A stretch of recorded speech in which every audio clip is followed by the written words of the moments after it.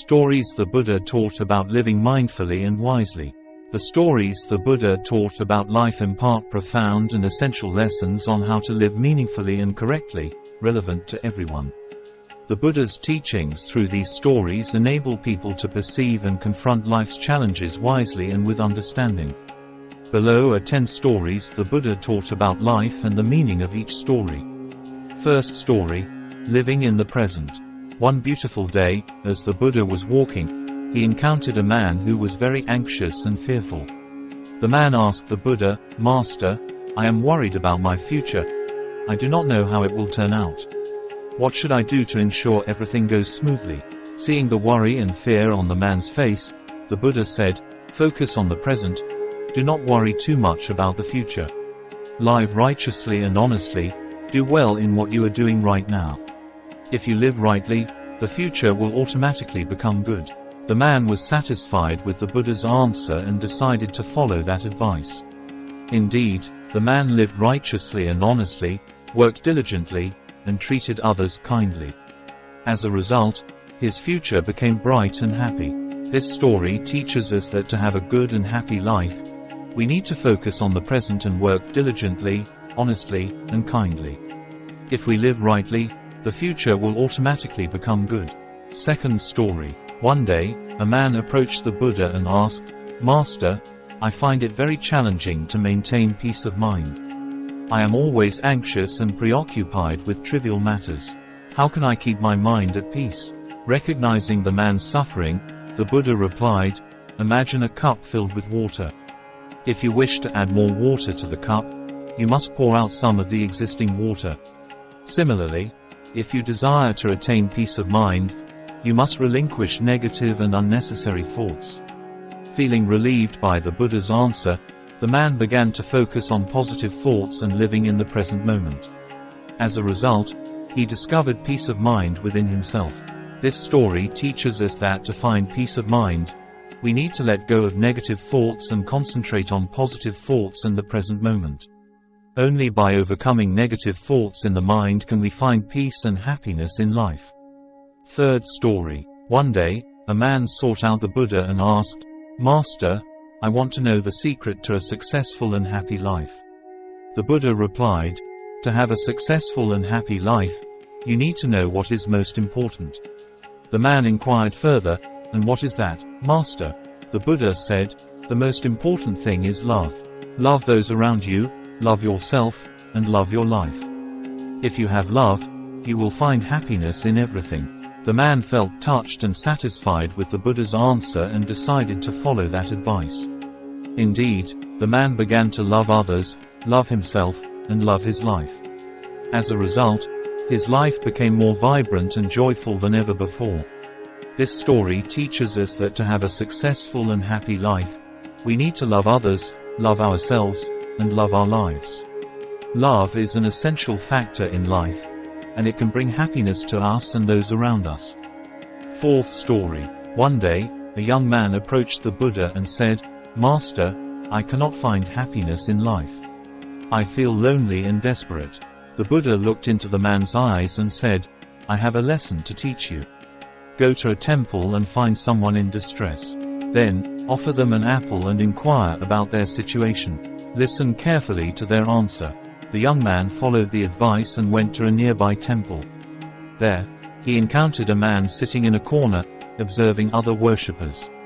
The young man offered the person an apple and inquired about their situation. The man replied that he was sick and had no one to visit him. The young man felt moved and decided to stay beside him. He helped the man with eating, bathing, and aiding him to regain his health. Later, the young man returned to the Buddha and told him that he had found happiness by helping others. The Buddha looked at him and said, "When we care for and assist others, we feel happiness and find meaning in life. Always care for and help others, and you will find happiness in your life." This story teaches us that to find happiness in life, we need to care for and assist others. When we help others, we no longer feel lonely, and happiness naturally comes to us. Fifth story: one day, an old man went in search of the wisdom and compassion of the Buddha. He approached and asked the Buddha how to find peace and happiness in life. The Buddha said, "When your hand is tightly clenched, you cannot grasp anything. But when you relax your hand, you can grasp everything. Similarly, when your mind is tense and anxious, you cannot find peace. But when you relax your mind, you will find peace and wisdom in life." The old man pondered and asked further, "But how do I relax my mind?" The Buddha handed the old man a cup filled with water and said, "Hold on to this cup and don't let it fall. After a few minutes, you will feel pain and fatigue in your hand. But if you relax your grip and let the cup of water flow away, you will feel lighter and more relaxed." The old man realized that to relax his mind, he needed to learn to let go and allow thoughts and emotions to pass without becoming his pain. This story teaches us that to find peace and wisdom in life, we need to learn to relax our minds, let go of thoughts and emotions, allowing them to pass without becoming our pain. Sixth story, the teacup. A professor from a prestigious university sought out the Zen master, having heard of his wisdom and noble character.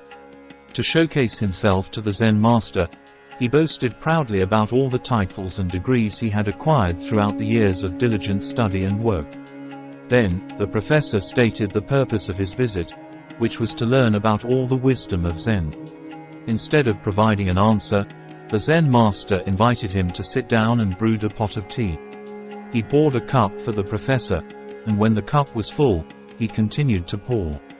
The professor watched as the tea spilled onto the table until he couldn't contain himself any longer and exclaimed, "The tea is overflowing, it can't take any more." Only then did the Zen master leisurely place the teapot down and say, "Just like this teacup, you are filled with opinions and prejudices. How can I show you Zen if you do not empty your cup?" This story teaches us that with a mind full of prejudices and rigid thoughts, we cannot learn, absorb new knowledge, or embrace beautiful philosophies in life.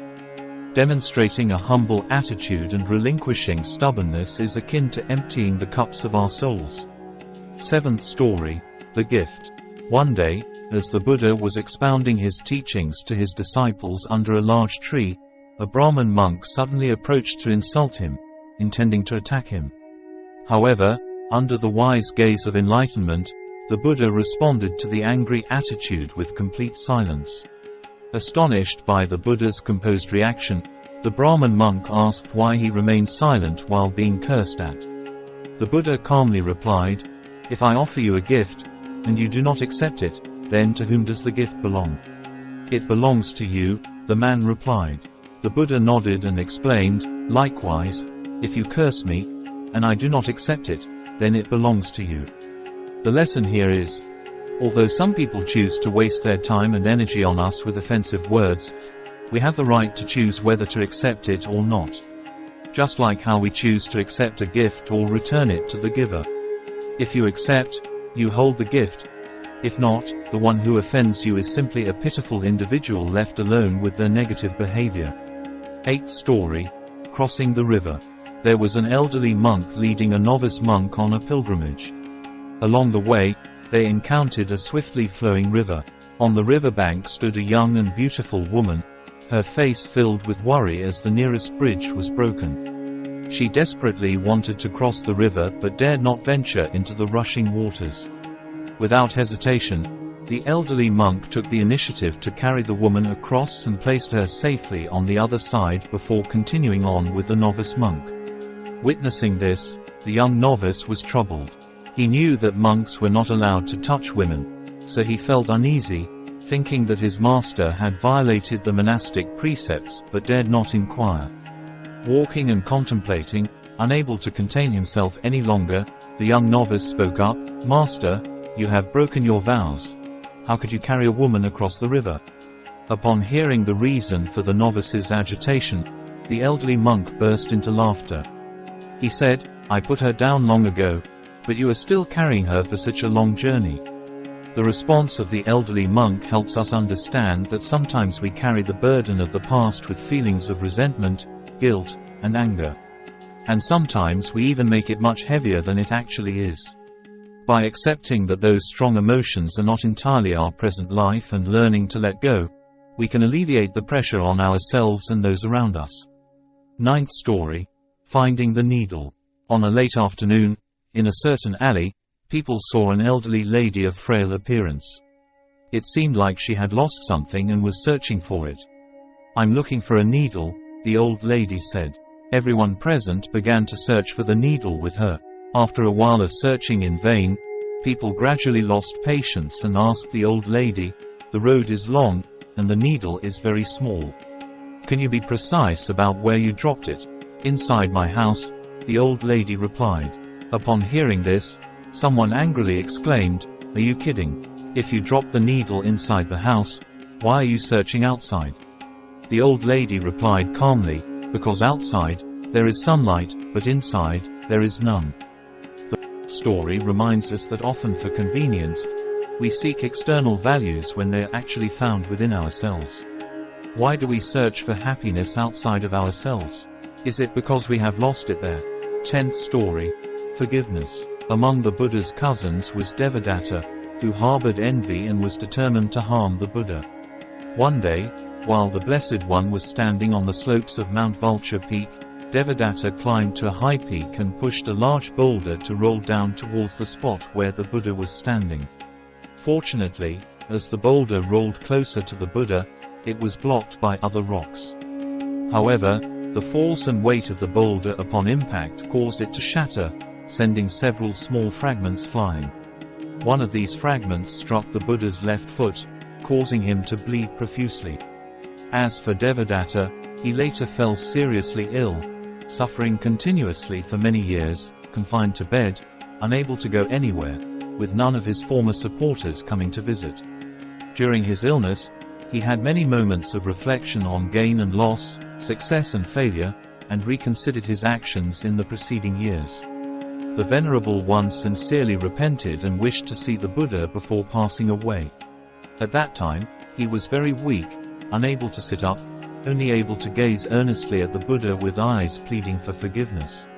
Finally, after great effort, Devadatta managed to utter just one sentence: "I take refuge in the Buddha." The Buddha laid his hand on Devadatta's forehead to console him and accept his repentance. No one exemplified noble conduct, cultivating loving kindness and compassion, as the Buddha did in his era. Even with those who intended to harm him, he remained compassionate and forgiving. Yet, in our present day, we often use our own perspectives to judge and misunderstand others, causing much suffering for ourselves. Letting go of resentment and embracing forgiveness is the practice that brings happiness, as taught by the Buddha. It is hoped that these 10 Buddhist stories will provide you with greater understanding, alleviate worries, and enable you to apply the profound lessons contained within them to your life, thus becoming a wise individual.